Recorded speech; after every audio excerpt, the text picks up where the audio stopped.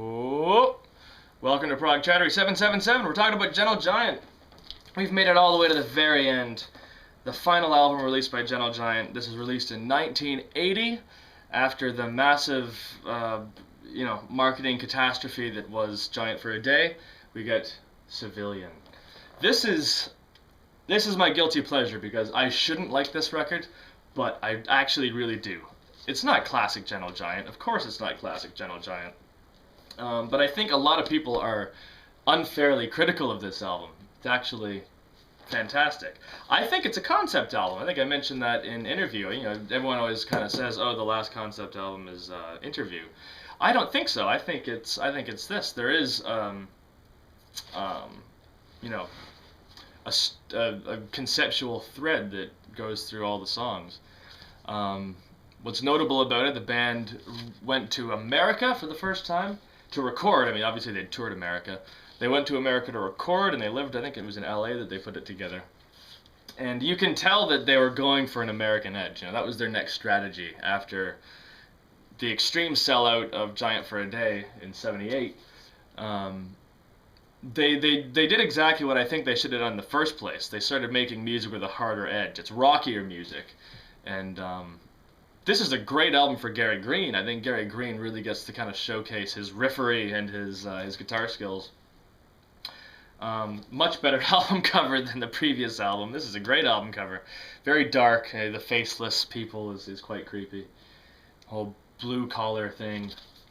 And obviously the title is a neat thing as well. Civilian, there's the title, is in the red. If you look at the red, you see Civilian within the name of the band. That's kind of cool. So yeah, like I said, they went for a tougher edge on this album, and they did kind of reintroduce some of the classic Gentle Giant traits. The musical interplay, like the interplay between the instruments, is kind of back.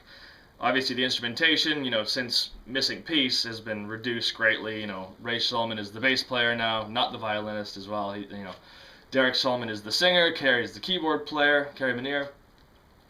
Gary Green is the guitar player, and John Weathers is the drummer. They've kind of found their instruments that they're going to be set on, and it's the rock lineup.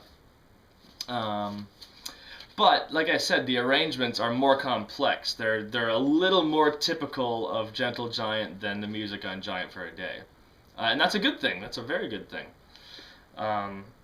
Also, one of the things I really resent about Giant for a Day is the fact that there's no Kerry vocal. Kerry Manier was one of the great.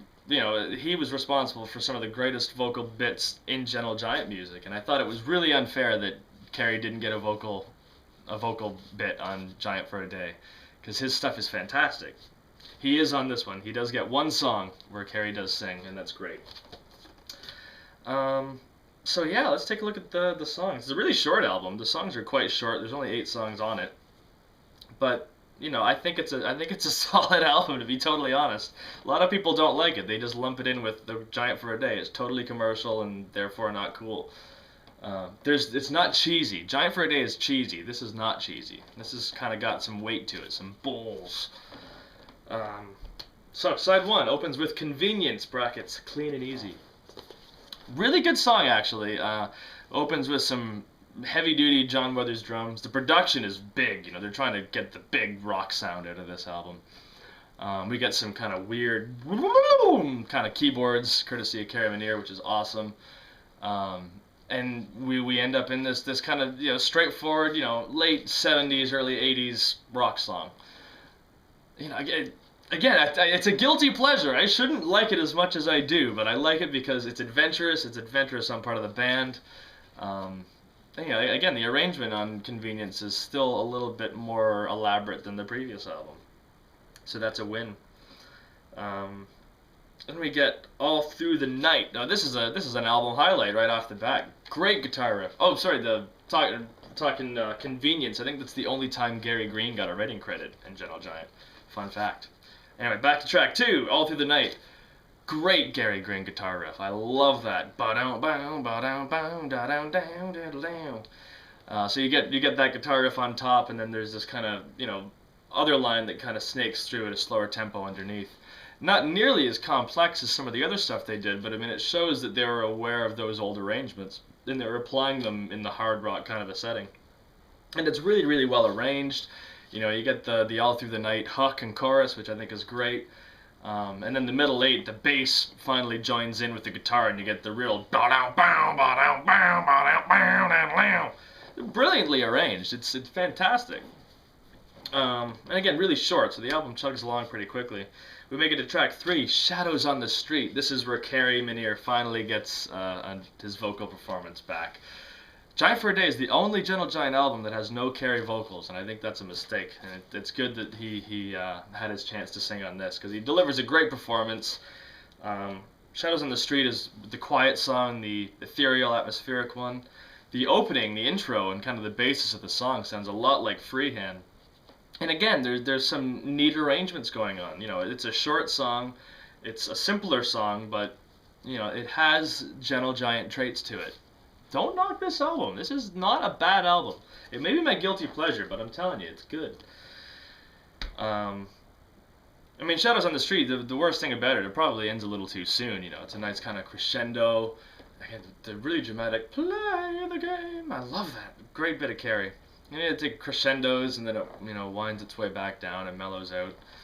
And it's a really, really good bit of Gentle Giant. I mean, I hesitate to call it a classic, but I want to call it a classic. Shadows on the Street is a great Gentle Giant song. We move on to track 4 of side 1. We get Number One is the name of the song, and that is pretty good. Actually, it's probably the one that's most obvious where you can hear the old style Gentle Giant arrangements. It's really awkward. It's kind of hard to place the two sound sources. You get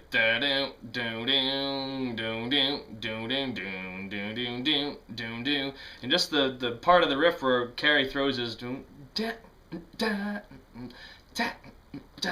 you know, it does create that puzzle piece effect. You know, there is that, you know, jigsaw puzzle factor on this album.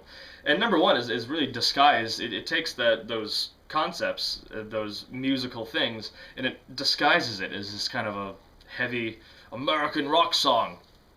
But it's still good. It's not my favorite on the album, but I like Number One. It's good.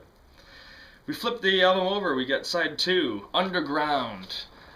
We get some sound effects, the sounds of a subway system, which is really cool. And we end up, it's a really high energy kind of rocker with this ascending din-din-din-din-din-din. That might be a camera. No, Underground is kind of a descending line. Or there is an ascending line to it. There is, I think it's the keyboard's got the the bass in that is going down. So again, see, the arrangements are still complicated. I'm trying to think of it right now, and there is some weird bits to it. But Underground is very dramatic. I mean, it's a great way to open the second side. And it's got this kind of relentless surge to it, you know. Underground.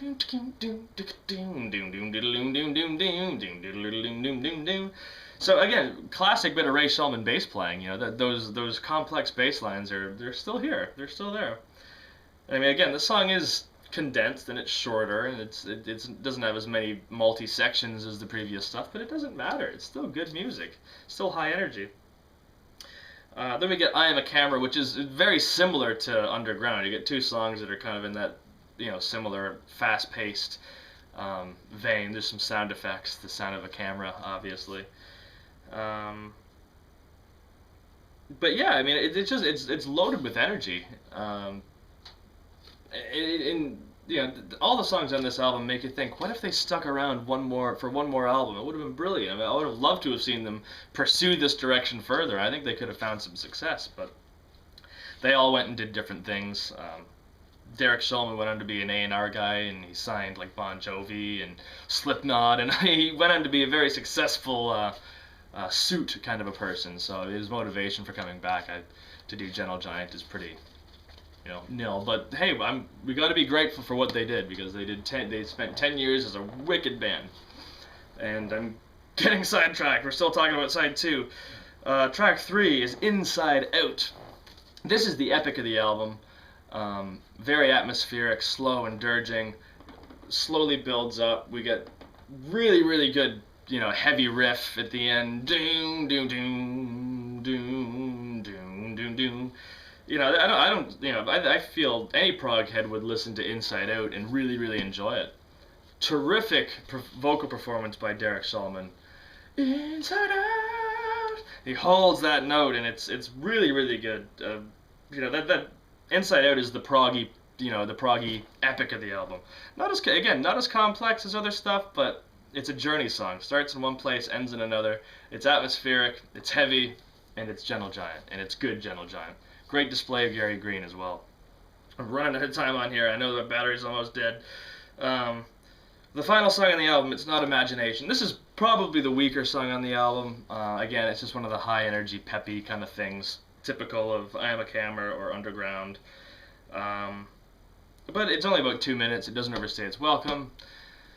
Like I said, probably the weakest song on the album. It closes with the weakest song, which is, a bit of a bummer, but obviously it's not a classic Gentle Giant album. This is obviously not essential, but if you're a fan of the band, check it out and listen to it with an open mind, and there is good stuff on here, and like I said, I think it would have been really interesting if they carried on and did more of this style music, because I think they would have found more success.